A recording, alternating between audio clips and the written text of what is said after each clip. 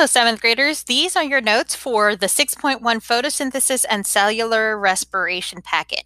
You should actually have this packet already passed out to you guys.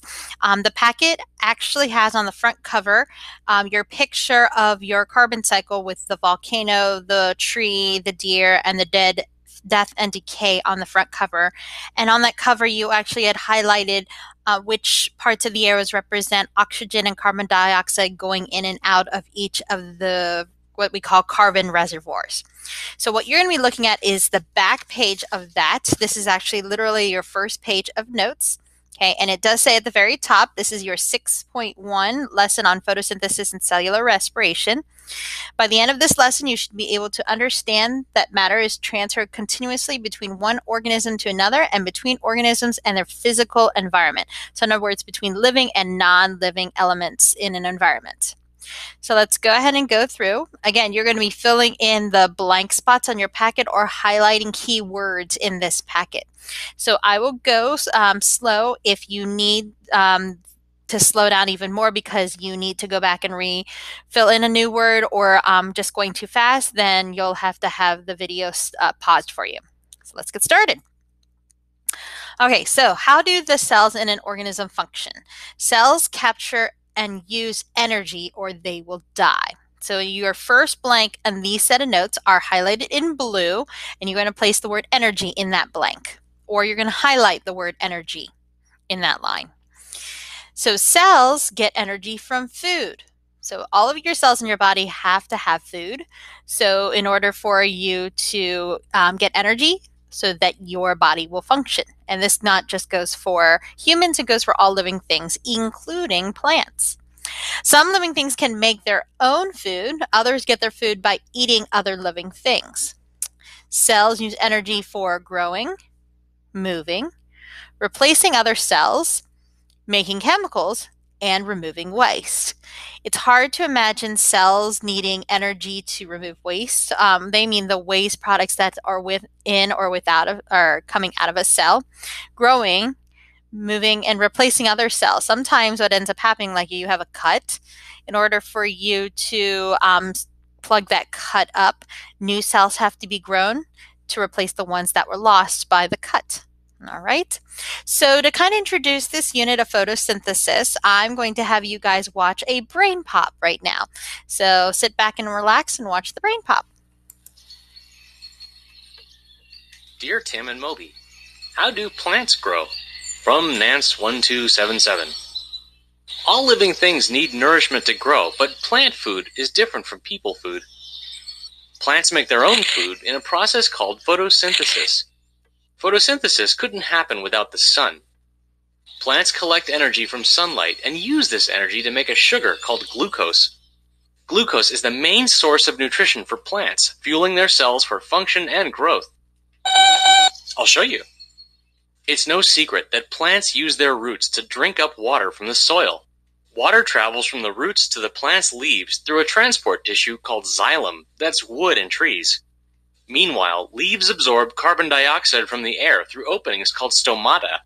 The water and carbon dioxide spread through the leaves into cells called the palisade and spongy cells. These cells contain structures called chloroplasts, which are filled with a green pigment called chlorophyll. Chlorophyll is what makes green plants green. In photosynthesis, chlorophyll traps energy from sunlight, storing it as chemical energy. This process splits water molecules into hydrogen and oxygen atoms. The chemical energy is used to create glucose from the hydrogen and carbon dioxide. The glucose dissolves into extra water molecules and gives the plant plenty of food for growth. The leaves release oxygen as a waste product. That's one reason that plants are so important to us. They absorb our carbon dioxide and leave us with oxygen. We inhale the oxygen and exhale carbon dioxide back into the air. Yeah, I guess you could call it a partnership, except we eat them. Moby, drinking sugar is not going to make you grow. It's just going to make you hyper. Oh boy. Yes, I know, corny. So with that being said, let's move on to how do plant cells make food? So let's start with the most important and most important element of the carbon cycle, which is the sun. The sun is the main source of energy. Plants use the sun to make food for themselves. Animals use energy from the sun indirectly when they eat a plant or another animal. So again, let's say for instance you eat the burger from a cheeseburger, okay? So the energy that created the burger came from the cow, and the energy that the cow got came from the grass. And so think about it, the grass gets its energy from the sun.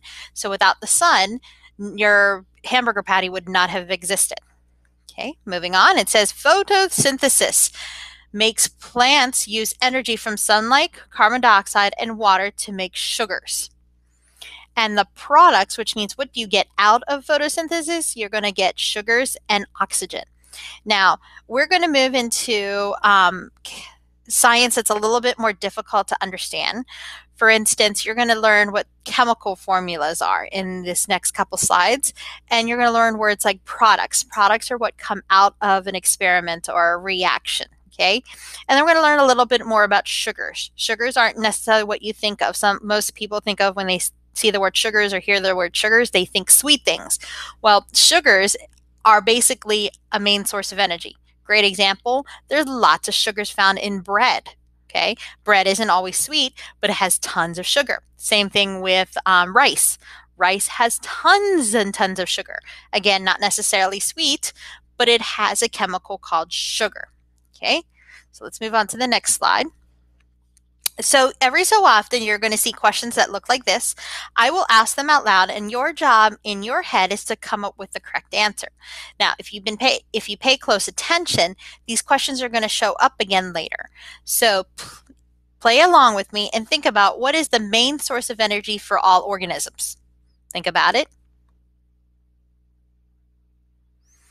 So the main source of energy is sunlight. So if you answered sunlight in your head, you are correct.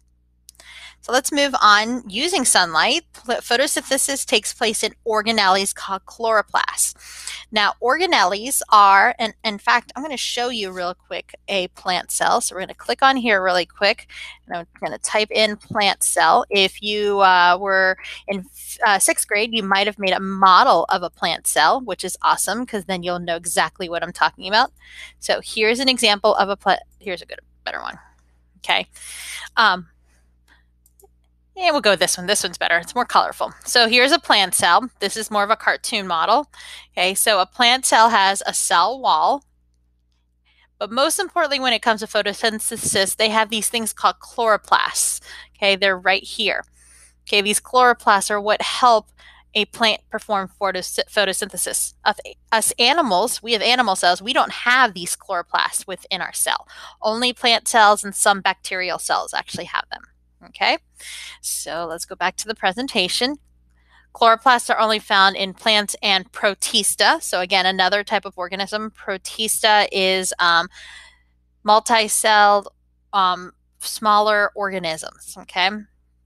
Chloroplasts contain the green pigment called chlorophyll, not to be confused with the word chloroplast. So in other words, chlorophyll make up chloroplasts. So the way I remember it is chlorophyll fill the chloroplasts. Okay. So chlorophyll captures energy from sunlight, and this energy is used to combine carbon dioxide and water to form sugars and oxygen gas.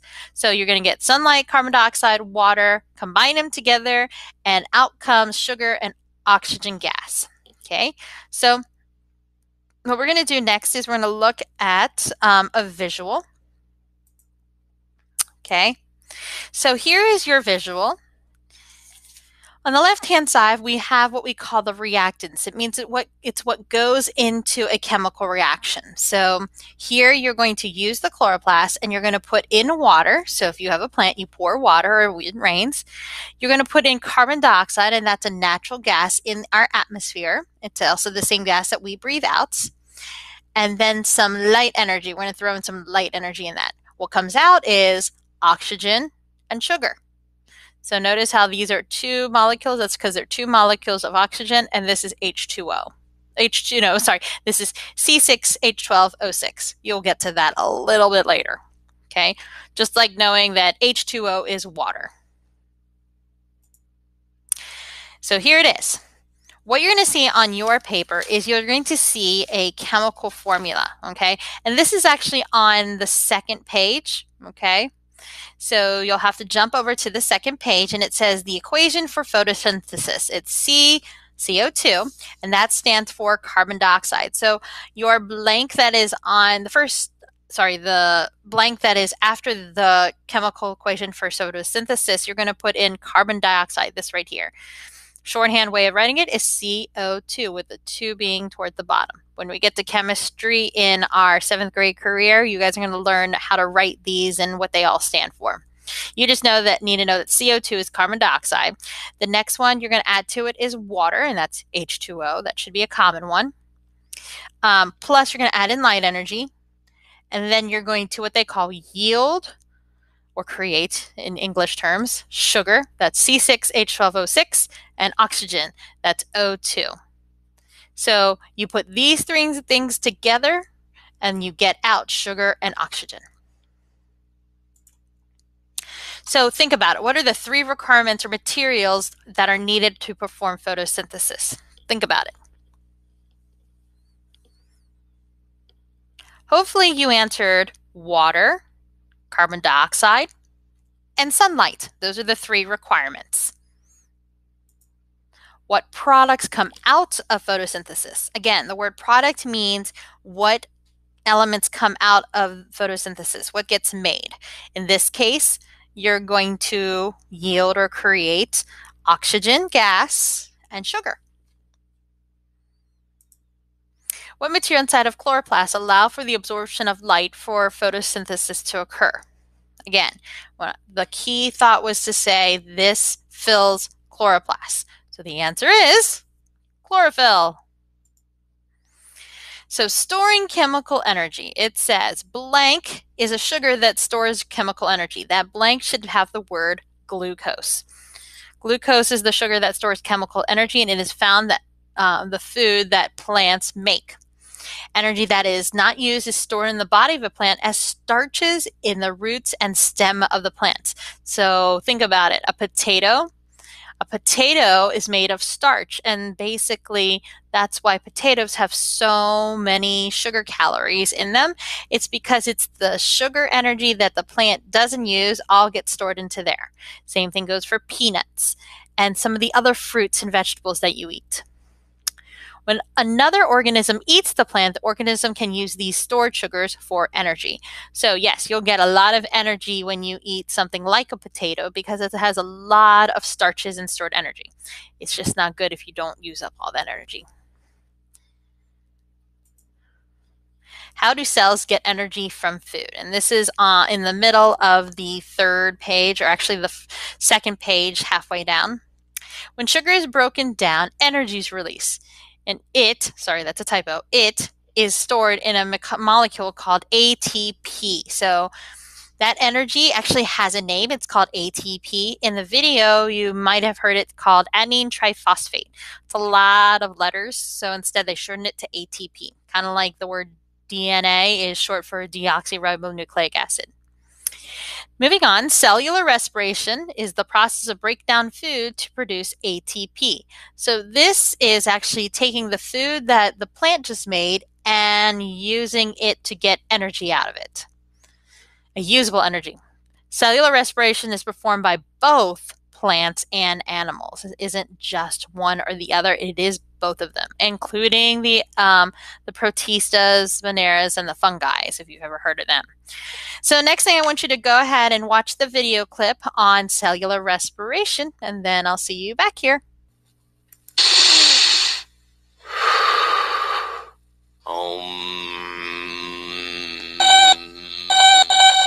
You mind? I'm trying to concentrate on my breathing here. Dear Tim and Moby, is respiration the same thing as breathing? From Chad. I'm practicing deep breathing, but breathing and respiration are 2 different things. Breathing is part of the respiratory system, a group of organs that deliver oxygen from the air we breathe to cells throughout the body. Respiration, or cellular respiration to be exact, is what living cells do with that precious oxygen. Right, we all need oxygen to survive. But did you ever stop to wonder why? Yeah, that's what I thought.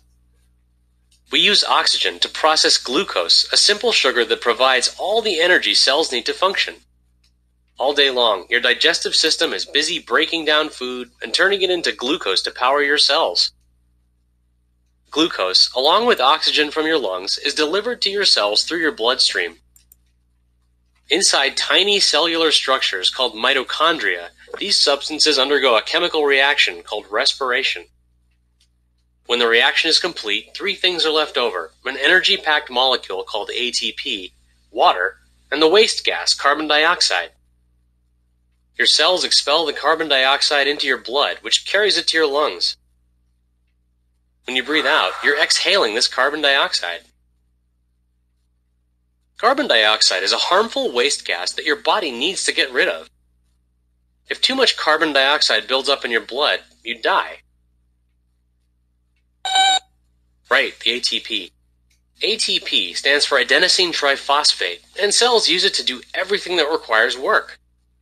The energy in ATP lets cells synthesize complex organic molecules like DNA, RNA, and proteins. It powers the muscle contractions that let us move around. And lots more. That's true, cellular respiration isn't just for humans. You find it happening inside the cells of all living animals, and even plants. Another good point. Because it uses oxygen, cellular respiration is also called aerobic respiration. But what happens when there's no oxygen handy? Like when you're exercising really hard and your lungs can't supply your muscle cells with all the oxygen they need? In that case, the cells go with a backup plan called fermentation, where glucose is processed with carbon dioxide instead of oxygen. It doesn't make as much energy as aerobic respiration. But it works for a short time. This kind of respiration, in which something other than oxygen is used to release the energy from glucose, is called anaerobic respiration. Some organisms, like yeasts, use only anaerobic respiration for energy. Hey, are you even listening? Moby. Hey, Moby.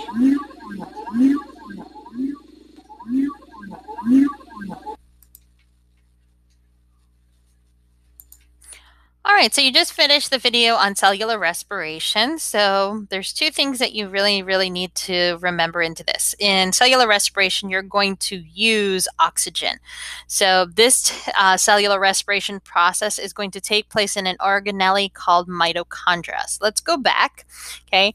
Ironically, plants also have mitochondria because they also perform cellular respiration. So this is your organelle called mitochondria. Again, this green one is the chloroplast. Okay, they say it's like the powerhouse of the cell. Without the mitochondria, then you wouldn't be able to use all that available oxygen and use it for animals and plants to function. So if you look, let me compare this to an animal cell. Animal cell also has let's see here. They also have mitochondria. It's actually these ones right here. Okay, it's right there. They have them here too. These ones are a little bit harder to find. They're on the other side of the nucleus. Okay, so animal and plant cells both have mitochondria. The starting materials of cellular respiration are glucose and oxygen. Now, if you remember, glucose is the chemical name for sugar. So we're trying to add on to your understanding of bigger and broader words. In other words, you're trying to get in more detail, because I know you've learned about cellular respiration and photosynthesis before, but we're just trying to get into more detail. So sugar, its actual chemical name is glucose. Oops.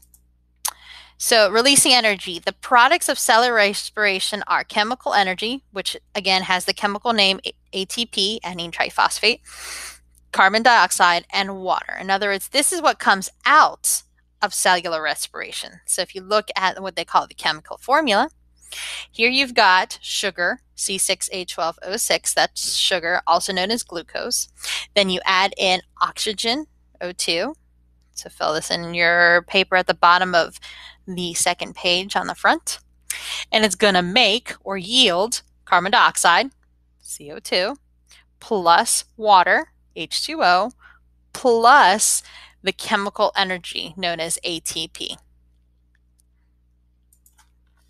So here you have a visual, and we're on the next page of your notes, of the mitochondria. And the mitochondria, again, if you take a look at it, I always think of it as like a squished jelly bean. So follow along with me. The way the mitochondria works is that you're going to have these three items: the oxygen that you got from photosynthesis, the sugar you got from photosynthesis, and then water. Okay? Oh, I'm sorry. Yeah, this is water. Not water. Sorry. This is sugar. Sugar and, wow, I'm getting all mixed up. So let's try it again. Oxygen and sugar molecules. You need the oxygen and sugar in order to go to mitochondria. What you're going to get out is the chemical energy we know as ATP. So I'm using a lot of ATP right now. I swear, a little bit more than usual. Water come out of it, and then carbon dioxide. So this is what you are actually doing in your body. You don't do photosynthesis, but you do perform cellular respiration.